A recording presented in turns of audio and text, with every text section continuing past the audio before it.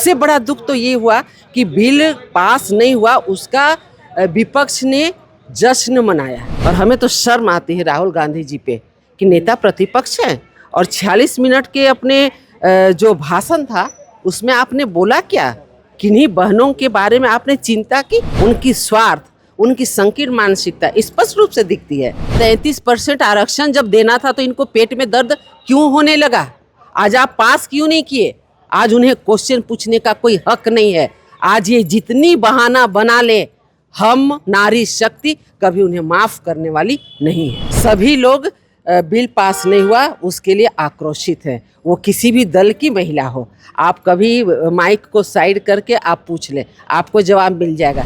भले वो राजनीतिक रूप से डर से या किसी दबाव से बोल नहीं रही है, लेकिन सबके दिल में ये एक मतलब क्या बोलिएगा, आक्रोश देखने को आपको मिलेगा। नारी वंदन अधिनियम के बिल जो विधेयक आने वाला था, वो कहीं ना कहीं विधेयक पास नहीं होने के बाद लगातार जो विपक्ष है, कांग्रेस है और उसके साथ जो दल हैं, वो लगातार इसमें खुशियां मना रहे हैं। ऐसे में भारतीय जनता पार्टी झारखंड के हर एक जिलों में लगातार प्रेस वार्ता के जरिए विरोध प्रदर्शन भी कर रहे हैं। हमारे साथ बात करने के लिए कोडरमा विधायक नीरा यादव हैं। आप भी महिला विधायक यहाँ पर हैं, कितना ज़रूरी था आप लोग के लिए? और कह सकते हैं कि कहीं ना कहीं इन 11 सालों में पहले अगर देखा जाए तो ये पहला ऐसा विधेयक भी था जो फेल्योर हुआ, वहाँ पे जो गिर गया, पास नहीं हो पाया। इस पे क्या कहेंगे आप? देखिए, बड़ा दुख होता है जब विपक्ष का चरित्र सामने दिखता है और हमें लगता है कि राहुल गांधी जी को डर था कि अब हमें हटा करके कहीं प्रियंका जी को तो आगे नहीं बढ़ा दिया जाएगा। और हमें लगता है कि इस प्रकार के भय विपक्षियों को था, इसलिए उन्होंने अपने चरित्र को उजागर करने का काम किया। आज महिला आरक्षण विधेयक पारित नहीं हुआ, इसका हमें दुख नहीं है, लेकिन दुख तो इस बात का है कि बड़े बड़े डिंग हाँकते हैं, महिला सशक्तिकरण की बात करते हैं, और जब निर्णय देने की बात आती है तब उस समय कहाँ भाग जाते हैं? उनकी स्वार्थ, उनकी संकीर्ण मानसिकता स्पष्ट रूप से दिखती है।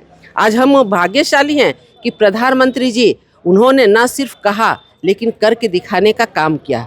उन्होंने हर तरह से, हम किस तरह से आगे बढ़ना चाहते हैं, हमारा सामाजिक स्तर ऊंचा उठे, हमारा राजनीतिक स्तर ऊंचा उठे, हम आर्थिक रूप से मजबूत हो, सबको तो यही चाहिए। तो माननीय प्रधानमंत्री जी ने हर एक वर्ग की बेटियों के लिए, हर एक वर्ग की बहनों को सामाजिक रूप से आगे करने के लिए उन्होंने 3 तलाक तक को ख़त्म करने का काम किया। उन्होंने आर्थिक रूप से मजबूत करने के लिए शुरू में आपने देखा होगा जन धन योजना लागू किया, उज्ज्वला योजना, कितनी सारी योजनाएं हैं महिलाओं के लिए ही तो उन्होंने लाया। और वो आर्थिक रूप से कैसे हमारी बहनें मजबूत हो, उसके लिए उन्होंने कभी लखपति दीदी, ड्रोन दीदी, बैंक दीदी, ये कभी सुने थे क्या? करोड़ों दीदियों को उन्होंने बनाने का काम किया। जब राजनीतिक लाभ देने की बात आई तो उन्होंने 33% आरक्षण लाने के लिए बिल लाया और सभी से सहयोग मांगा, लेकिन विपक्ष का जो चरित्र है वो उजागर हुआ। और सबसे बड़ा दुख तो ये हुआ कि बिल पास नहीं हुआ, उसका विपक्ष ने जश्न मनाया। आप देखे होंगे कि जब सदन चल रहा था उसके बाद का सीन, जैसे वहाँ पारित नहीं होता है सदन के अंदर में, उसके बाद पूरे निकल करके एकदम पूरा वाह वाह वाला लग रहा था, जैसे बच्चा को कुछ मिल जाता है ना तो जंग जीत लिया क्या। देखते हैं कि जिस प्रकार का वो खुशी होता है, ऐसे ही ये खुश हो रहे थे। और हमें तो शर्म आती है राहुल गांधी जी पे कि नेता प्रतिपक्ष हैं और 46 मिनट के अपने जो भाषण था उसमें आपने बोला क्या? किन्हीं बहनों के बारे में आपने चिंता की? आप बचपन की कहानियां बताने के लिए वो 46 मिनट लिए?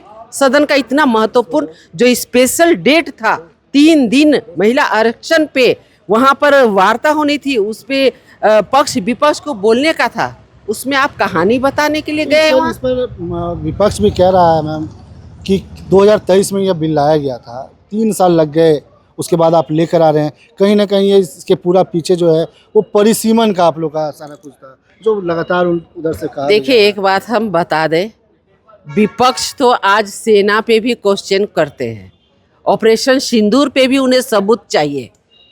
ये आज 33% आरक्षण जब देना था तो इनको पेट में दर्द क्यों होने लगा? आज आप पास क्यों नहीं किए? आज उन्हें क्वेश्चन पूछने का कोई हक नहीं है। आज ये जितनी बहाना बना ले, हम नारी शक्ति कभी उन्हें माफ करने वाली नहीं है। प्रियंका गांधी भी ने भी एक आप लोग को सवाल किया था, वहाँ पे लोकसभा में भी कह रही थी कि विधेयक लाना ही था, तो कम से कम पहले एक बैठक तो बुलाती, सर्वदलीय बैठक बुलाती, सर्वदलीय बैठक बुलाकर एक निर्णय हो जाता, लोगों में बातें हो जाती, उसके बाद आप लाए। ये अचानक से चुनाव के दरमियान लाने का क्या इसके पीछे मंशा था? वो लगातार इस पे भी इल्ज़ाम लगा रहे हैं। देखिए, एक बात हम बोल देते हैं, पक्ष हो या विपक्ष, बहुत मंच मिलता है आरोप प्रत्यारोप का। आप करें ना, अभी असम चुनाव, बंगाल चुनाव, हर जगह आपको मंच मिल रहा है और हर एक 2-4 महीने के अंदर में आपको आरोप प्रत्यारोप के लिए काफ़ी टाइम मिलता है। आप वहाँ खूब आरोप प्रत्यारोप करें। ये जो सदन में 3 दिन का स्पेशल सत्र बुलाया गया, उसके बारे में आप बताएं, उसके बारे में हम जानना चाहते हैं कि क्यों इसे सर्वसम्मति से पास नहीं किया गया। सिंगल जवाब क्वेश्चन। ऐसे में अब क्या भारतीय जनता पार्टी का ये स्टैंड होने वाला है आगे चलकर? अब तो बिल पास नहीं हुआ, लेकिन आगे चलकर देश भर में, राज्य भर में क्या आप लोग करने वाले हैं? कैसे महिलाओं के को जाकर आप लोग समझाने वाले हैं, बताने वाले हैं, इसको कैसे करने वाले हैं? देखिए, भारतीय जनता पार्टी जो कहती है वो करती है, और इसलिए हमारे यशस्वी प्रधानमंत्री जी ने जो कहा है वो करेंगे। आने वाला समय दिखाएगा कि हम क्या करने वाले हैं। लेकिन एक बात तो हम पक्का बता दें, क्योंकि हमारी भी इतने दिन की राजनीतिक सफ़र है, हमारा 25 वर्षों से ज़्यादा हो गया है क्षेत्र में, तो कई लोगों से बात होती है। सभी लोग बिल पास नहीं हुआ उसके लिए आक्रोशित हैं, वो किसी भी दल की महिला हो। आप कभी माइक को साइड करके आप पूछ लें, आपको जवाब मिल जाएगा। भले वो राजनीतिक रूप से डर से या किसी दबाव से बोल नहीं रही है, लेकिन सबके दिल में ये एक मतलब क्या बोलिएगा, आक्रोश देखने को आपको मिलेगा। बहुत बहुत धन्यवाद। लगातार बातें हो रही हैं, लगातार बात भी की जा रही है।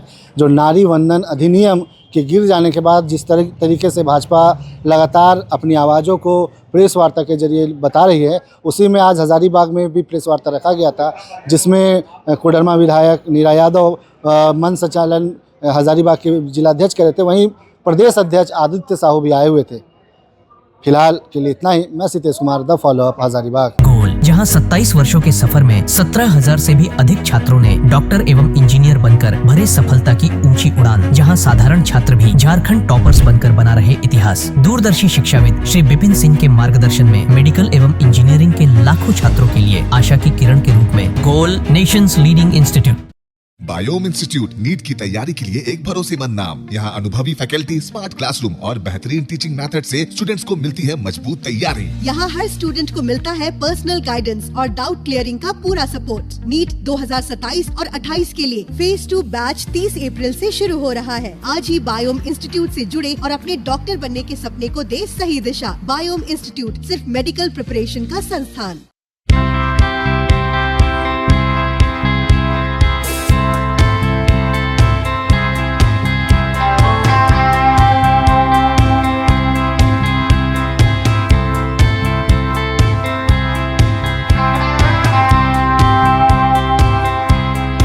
आप भी है देश सेवा के लिए तैयार तो आपका सपना होगा साकार। 10th 12th के बाद एनडीए में जाने का रास्ता रॉ डिफेंस एकेडमी करेगी आसान। और एडमिशन से पहले सभी जरूरी क्राइटेरिया की जांच की जाती है, जैसे height, weight, eye rotation, chest measurement, carrying angle, colour blindness. यहाँ एक्स एंड सर्विंग ऑफिसर्स के गाइडेंस में रेगुलर एसएसबी, और वो सब कुछ जो आपके एग्जाम क्रैक करने के लिए जरूरी है। मतलब एडमिशन से पहले ही आपको पता होगा कि कहाँ मेहनत करनी है। तो ज्यादा इंतजार मत कीजिए, क्योंकि नए बैच की डेट अनाउंस हो चुकी है। और अधिक जानकारी के लिए स्क्रीन पे दिए गए नंबर पर संपर्क करें। प्रतियोगिता परीक्षा की तैयारी का एक मात्र संस्थान NIBM, banking, SSC, railway, JPSC परीक्षा की करे तैयारी। जौहरी का भूमिका ये संस्था अदा कर रही है और हीरा चमक रहा है। पूरे NIBM परिवार को मैं तहे दिल से धन्यवाद देती हूँ कि उन्होंने अपने कुम्हार के रोल को बहुत अच्छी तरह से निभाया। मेरा सिलेक्शन IBPS CSA में बैंक ऑफ महाराष्ट्र में हुआ है। करंटली मेरा RRBPO में हुआ है। मेरा सिलेक्शन बैंक ऑफ इंडिया में एज ऑफिसर स्केल 1 हुआ है। मेरा सिलेक्शन इंडियन ओवरसीज बैंक में एज अ PO हुआ है। NIBM झारखंड का एक मात्र संस्थान। thefollowup.in. Like, share and subscribe. www.thefollowup.in